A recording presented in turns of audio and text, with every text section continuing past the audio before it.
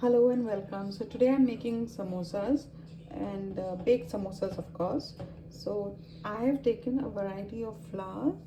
Um, this is a bit of baking soda. This is clarified butter, 3 tablespoons, and I have taken this flour over here. It's jackfruit flour, um, which is I mean, if you combine it with any flour. It reduces the glucose spike in glucose when eating post eating carbohydrates. That usually happens post eating carbohydrates. And here I've taken a bit of sorghum flour, that is jowar flour. This is a bit of organic whole wheat flour and organic cup leaf wheat flour. That's a very good variety of organic flour, wheat flour. So I saw that, so I bought it. And this is kapli wheat. So this is a mix of organic whole wheat flour, organic kapli wheat flour, organic jackfruit flour, and organic jowar flour, that is organic sorghum flour. Then this is clarified butter, 3 tablespoons, and a pinch of baking soda, and half a teaspoon, 3/4 teaspoon of salt. So now I'm going to make this dough, and then I'm going to make the filling.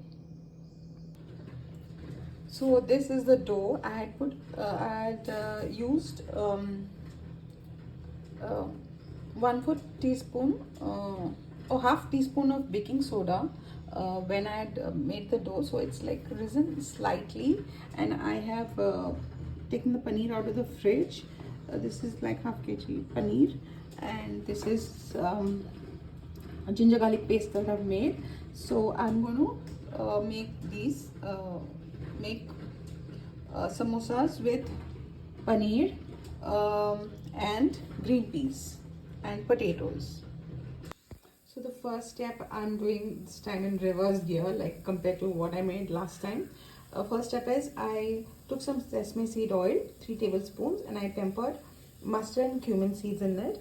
And now I've added 3 to 4 3 tablespoons 3 heaped tablespoons of organic chickpea flour, and I've sauteed it. Now I'm going to make that add that paste of ginger, garlic, and onion with which I've ground with curry leaves, and then I'll be adding the chopped potatoes, and once it cooks a little bit, then I'll be adding the green peas. So I've added the chopped potatoes and a bit of water for it to cook fast, and I've now added turmeric powder and chili powder. And after this I'll be adding a few raisins and cashew nuts. And I don't know if I should go overboard. I don't know if I should go overboard with walnuts and other things. My kids won't like it much, so I'm going to just stop it at raisins and cashew nuts, and then I'm going to cook this well, and I'm going to then add the green peas towards the end. So the potatoes are nearly done. It's like 3/4 cooked. So cook to like 3/4 of how much they should be cooking. And so I've added the green peas, around 300 grams of it. Now I'm going to mix this, and then I'm going to add the dry fruits and mix it some more. And then I'll be there's no coriander leaves today, so I'll be adding some paneer, and then I'll be taking it off the flame. And so I've added the washed dry fruits. I think I have gone a little overboard with the amount I've added, but it's okay. They don't eat dry fruits, my kids, and they should. So I'm going to mix this, and I'm going to add the paneer. So I added the paneer. Oh my, it's really hot, so it's like, a lot of fumes. I'm going to mash this into the filling that I've made for the samosa. You can also make paratha with this filling, but like now what I'm going to mash it all up, and I've kept a little bit, 100 grams or so of paneer, because my elder one is not feeling well. He's got laryngitis and very sore throat and a lot of other problems. So I'm going to make another you know, rice based soft dish for him. So I thought I'd put some paneer in that so that, you know, it some extra protein goes into his system. So this paneer I've taken around 400 grams or so. I'm going to mash it in. So this I have sauteed to the extent it should be sorted, and now I have washed one bowl of rice and one bowl of red organic red lentil and organic rice, and this is the boiled eggs for, you know, my kids. And so now I'm going to saute this and add water. I'm going to saute the paneer, this, and add water. Then I'll be adding the green peas once it's done halfway. So this is, I've sauteed the paneer and added a bit of salt, and I've added a bit of chili powder, turmeric powder and pepper powder. Now I'm going to add a bit of vegetables and saute it, and then add the rice and the lentil. So I added a chopped carrot. Now I'm going to add the rice and the dal, and then add the tomato and the raw plantain. So now I've added the vegetables, tomatoes, green peas, raw plantain, and now I'm going to add some water and cook this.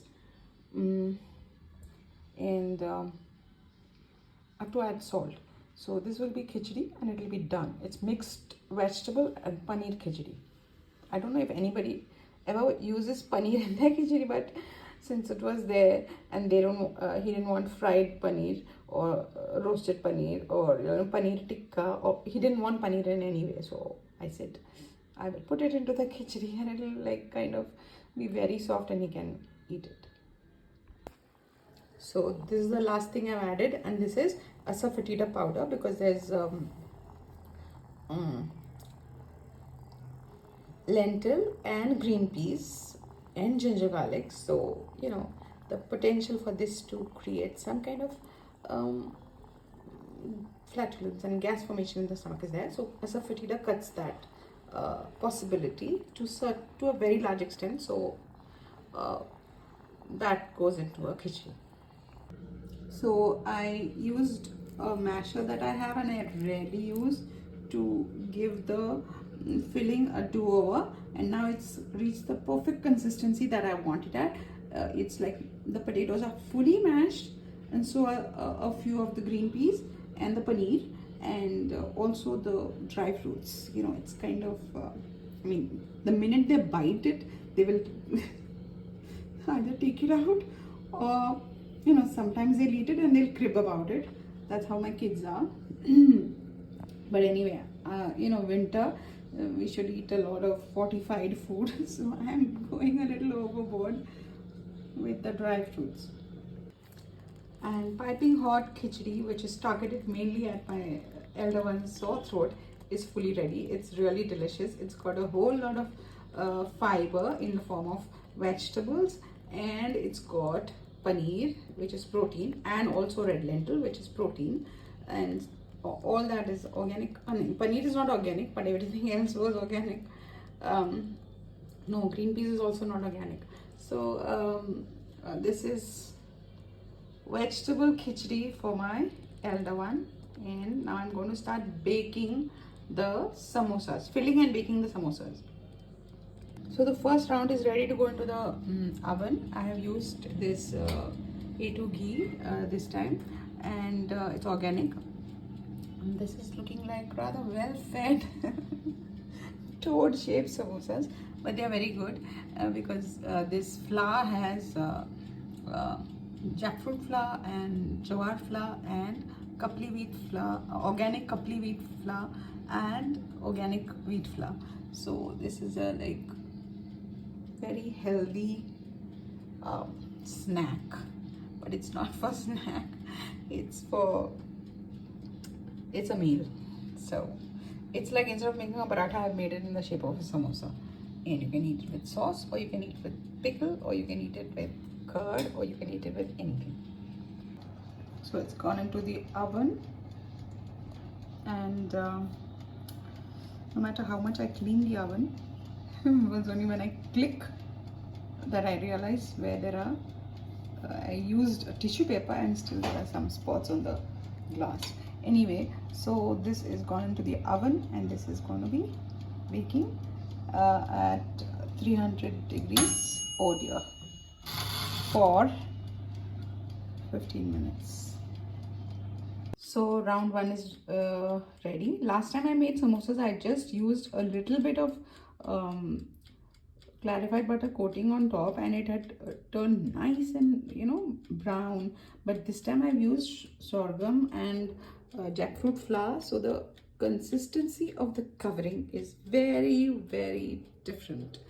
It smells and tastes very good, and this is like it was trying to escape the confines of to where of the cell where I had banished them. I mean, I overstuffed them. Of course, if you overstuff anything, it just breaks apart and comes out.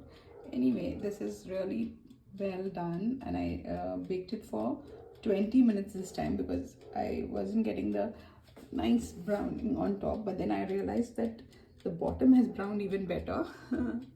the lower part. This is the top part, and okay, this got cut over there, but this is like nice and brown. So this is something I'm going to send away with my kids for their tea and dinner, and of course, or like if they want to keep it and have it for breakfast tomorrow, because it will be perfectly fine for breakfast tomorrow as it's very cold and they are still using the air conditioner. So I'm going to be making round 2 after this, and so this is a very unconventional khichdi which I've made for my son, and my younger one ate it and he liked it very much. So now I'm going to pack it for my elder one who's a little under the weather even now. And so this is my video for today. I mean, I will add a small video about round 2, but right now actually making this, it you have to use a lot of ghee, clarified butter, so my hands are like so greasy that I didn't make a step-by-step video. Also, it's the same like last time, only thing I made the covering a little thick, and I've used baking soda, so it's a little soft, and because he has a slight throat problem, and innovation led to this is a little bit of a failure. I'll have to not use jowar flour next time so that it has a nice glazy look. It's all in the taste, but looks are a little this time. Anyway, so this is it. This is my video for today. Thank you for viewing. There's a whole lot of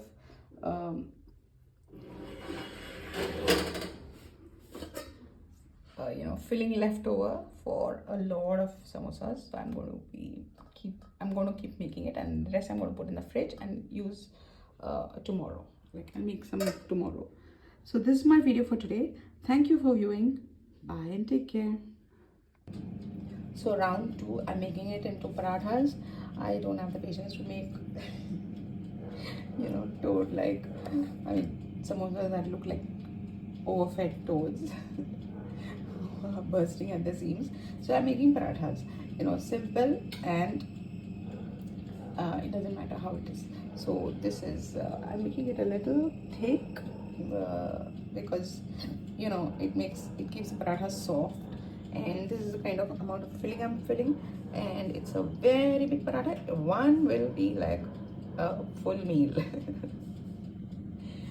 When I reach I have reached saturation point with cooking in a day, this is what I do, because everybody's got their sniffles and I've been on my toes since morning. So now round 2 is big, giant sized parathas, which will be like one itself is a complete meal. So I'm making that is the second paratha I'm making. There's the first one which is being rolled out. There's a amount of butter, like ghee that I've put on the bottom, that is clarified butter, and I have you know, put a bit of clarified ghee on top also. I mean, people put a lot, but I don't like it, you know, all the so given a choice I wouldn't put anything, but you know, it's just tends to stick to the baking sheet, and I've just washed it once again after the first round one. So of course I have to invest in some parchment paper, and I have to you know, finish this ASAP. And so this is second round 2, which I've finished making for really big ones, which are gonna be enough for my dinner and breakfast tomorrow. So I've already sent all the other ones I made for to my kids' house. So this is round 2, and it is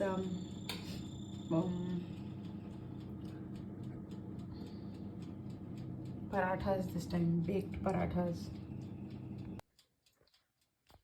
And so this is done. It's nice and warm. The aroma is really spot on.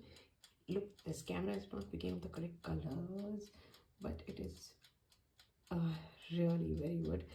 The taste is very good. It is extremely nutritious because it has got jackfruit flour, organic jackfruit flour, and organic jowar flour, and organic wheat flour, and organic Khapli wheat flour. Khapli is a brand of wheat which is very good, and it, I mean, an Indian brand of wheat which is very good. So an extra nutritious, delicious.